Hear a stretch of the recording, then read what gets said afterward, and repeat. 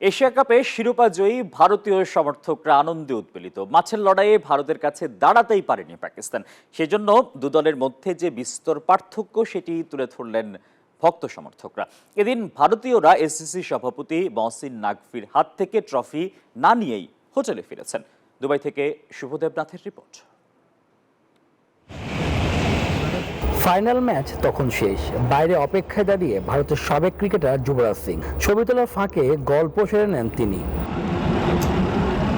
যুক্তরাষ্ট্রের ১ নম্বর gym chain গোল্ডস gym এখন আবারও বাংলাদেশে। বসুন্ধরা আবাসিক এলাকা ও বসুন্ধরা সিটি শপিং মলে। এশিয়া কাপের এবারের আসরে টানা ৩ দেখায় ভারতের কাছে পাত্তাই পায়নি পাকিস্তান। ভারতের ফ্যানরাও দলটির অধিনায়কের মতো মনে করেন পাকিস্তান বেশ পিছিয়ে তাদের থেকে, আর পাকিস্তানের সমর্থকরা যেন অসহায়। There is a big difference between India and Pakistan.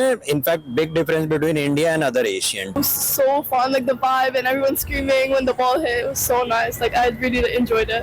How are you feeling now India again win the match? We want to come to see cricket. We want to sport cricket. That's I want to say. We thought that after Rohit and Virat, the team would be very different. But the test series before, we actually proved that, the new young generation. দু দলের বৈরিতায় ফাইনালও ছিল। পাকিস্তানের president Mohsin Naqvi এসিসির সভাপতি, সেজন্য তার হাত থেকে trophy না নিয়ে মাঠ থেকে বিদায় নিয়েছে টিম ইন্ডিয়া। দুবাই স্টেডিয়াম যেন ভারতীয়দের কাছে পরম আদরের, কারণ চ্যাম্পিয়ন্স ট্রফি জয়ের কয়েক মাস পরই তারা এশিয়া কাপ জিতল একই মাঠে। Subhadeb Nath, news 24, Dubai.